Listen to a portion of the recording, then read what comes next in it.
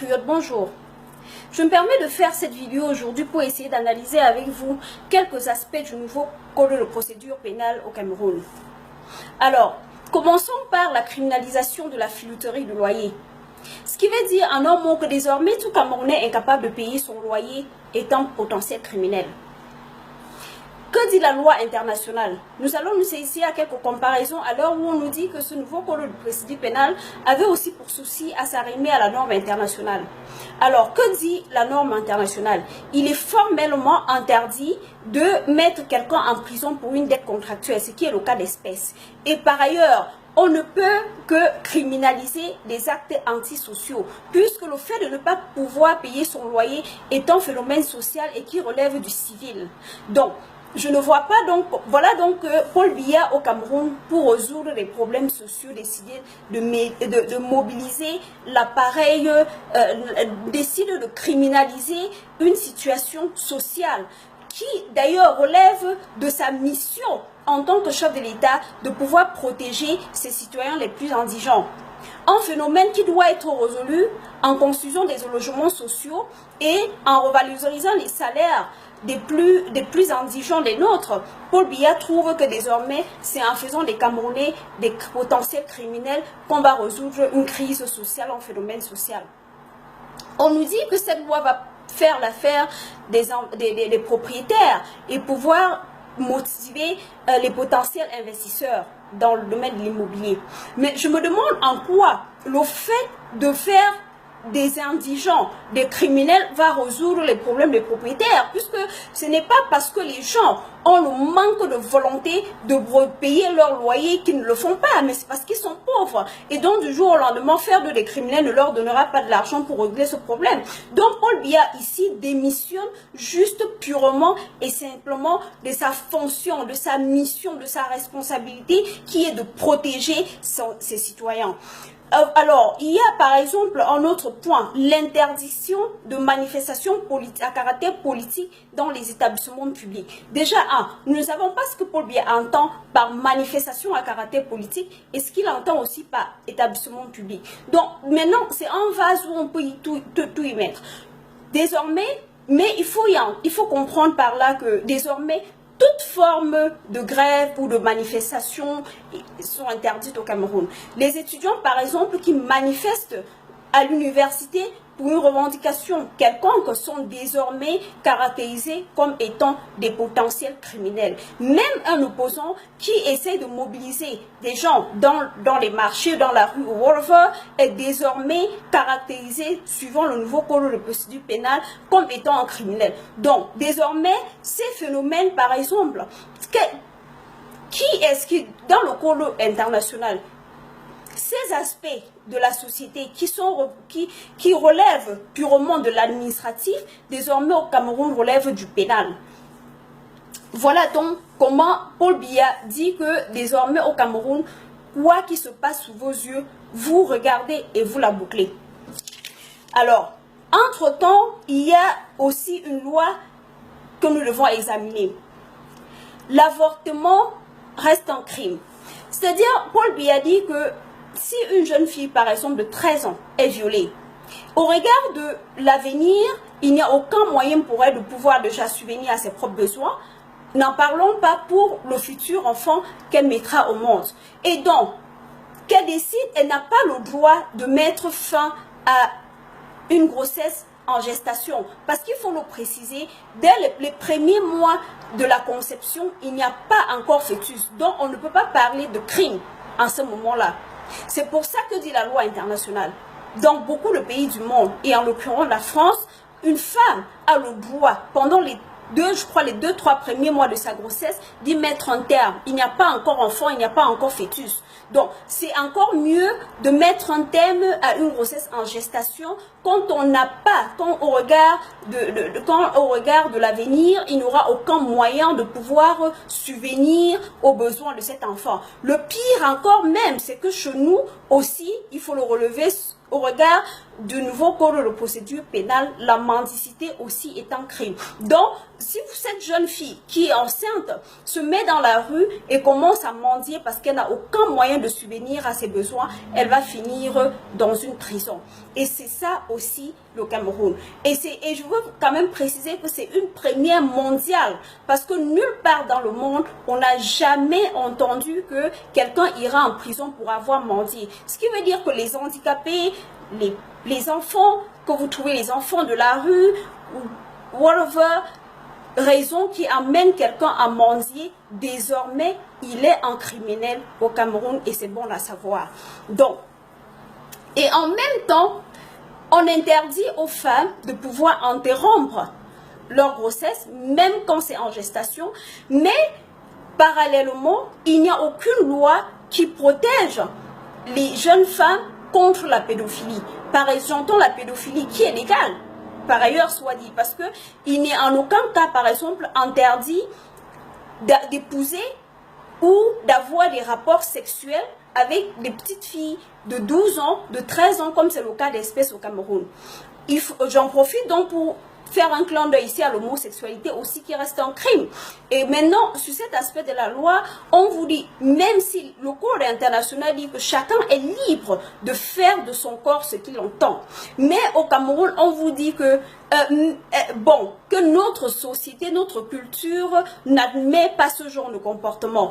Et on vous dit, quand vous leur dites que c'est un restreint aux libertés individuelles, on vous dit que bon, ici on essaie de contextualiser le phénomène. Donc, il y a en même temps un souci d'internaliser le code pénal, mais en même temps, on internalise ce qu'on veut. Et encore que jusque-là, je ne vois pas ce qui est international dans notre code, qui ma foi, nous amène encore, je crois, 100 ans en arrière. Whatever. Mais, pour les femmes, on ne nous a pas oubliés. Non, parlons toujours de l'homosexualité. Il y a aussi une autre raison qui a avancé. On dit que si l'homosexualité est légale, ça va attirer les touristes qui vont venir chercher les jeunes garçons au Cameroun. Mais, en même temps, il n'y a aucune loi qui protège les petits-enfants contre le tourisme sexuel des petites filles, puisque on voit bien dans nos grandes villes à Kribi et toutes les petites filles de 12 ans, le tourisme sexuel en expansion au Cameroun et qui détruisent notre jeunesse. Il n'y a aucune loi qui protège entre-temps ces petites filles. Mais, tenez-vous tranquille, on a pensé aux femmes en criminalisant l'adultère. Donc, en réalité, désormais, si tu trompes ta femme au Cameroun, tu finis en prison.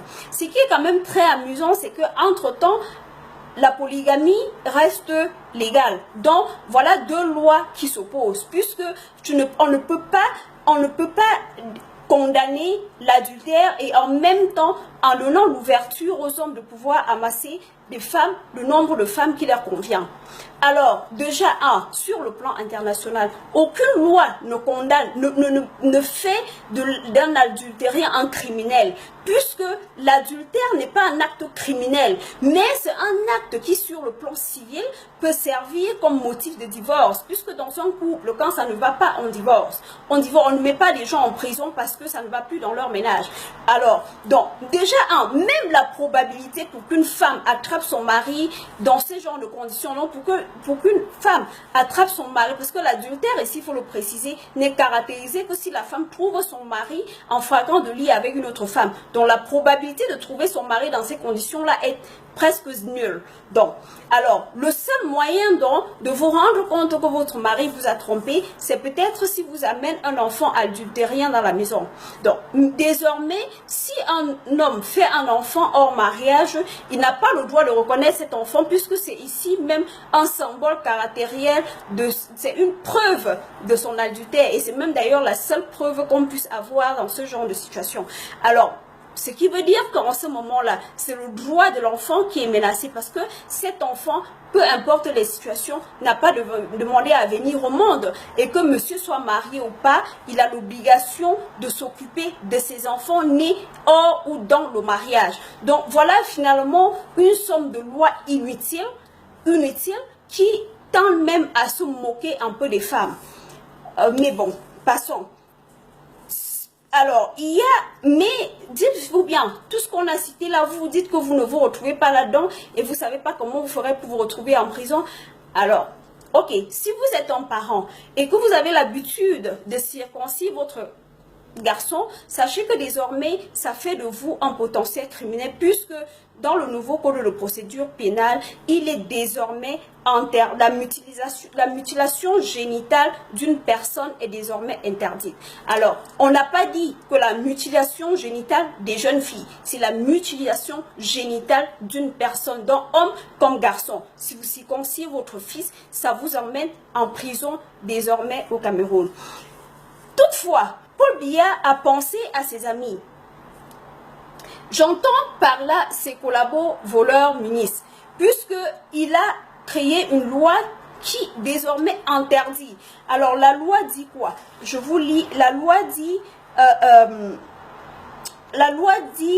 que désormais l'empiétement du judiciaire sur certaines immunités est un crime. Donc un magistrat, un policier qui interpelle un ministre pour des raisons de malversation financière ou whatever est désormais un criminel et passible d'une peine d'emprisonnement. Autrement dit, Paul Biya donne donc ici caution morale à ses ministres de voler. Alors, on entend ici par cette loi que toutes les opérations qui sont menées au Cameroun, en cours ou passées, qu'on a d'ailleurs célèbrement intitulé l'opération Épervier, n'était qu'une mascarade et confirme donc ce qui a souvent fait dire à une certaine opinion que ces ministres, ces anciens collaborateurs d'hier qui aujourd'hui sont en prison ne le sont pas parce qu'ils ont volé ou à cause des malversations financières, mais sont en prison juste parce qu'ils ont été un peu trop ambitieux. Donc si tu es une créature de Paul Biya et tu te contentes de voler et te taire et d'être soumis, il n'y a aucun souci. Mais si, au-delà de la soumission, tu commences à avoir des grandes ambitions, c'est-à-dire tu rêves un jour de le remplacer, en ce moment-là, tu finiras en prison. Donc, c'est même le lieu ici de dire que toutes les procédures qui sont en cours au tribunal au TCS, doivent être purement et simplement annulées, d'autant plus qu'ils n'ont plus aucune valeur. Et les prisonniers politiques, c'est le lieu d'appeler à leur libération, puisque Paul Biya nous a confirmé par cette loi que aucun de ces ministres n'est en prison pour avoir volé, puisqu'on ne peut pas interpeller un ministre pour ces problèmes-là au Cameroun. Et ça confirme alors ce que nous disons depuis toujours, que nous vivons dans un régime totalitaire.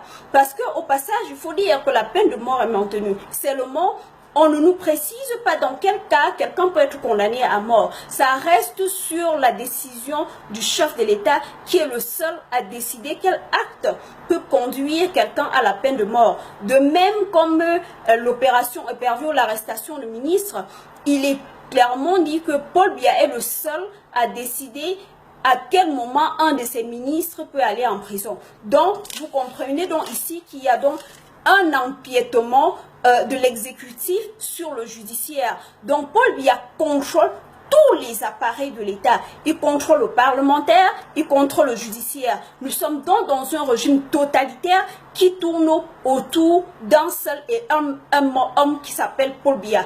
Alors, peuple camerounais, c'est le lieu ici de demander à Paul Biya d'arrêter la mascarade. Parce qu'il faut dire stop. Paul Biya, c'est assez foutu du Cameroun, des Camerounais. Avec ce nouveau code de procédure pénale, nous avons fait un bond de 100 ans. Nous avons fait un bond de 100 ans en arrière. Et c'est le lieu ici de dire à Paul Biya, stop, trop, c'est trop. Paul Biya, c'est assez foutu de la gueule des Camerounais. Et nous n'allons pas continuer à le laisser faire. Trop, c'est trop, monsieur Biya. Vous avez assez fait, vous humiliez. Nous avons assez de ce genre d'humiliation. Donc, peuple camerounais, c'est notre heure de nous lever et mettre fin à la mascarade. Je vous en remercie.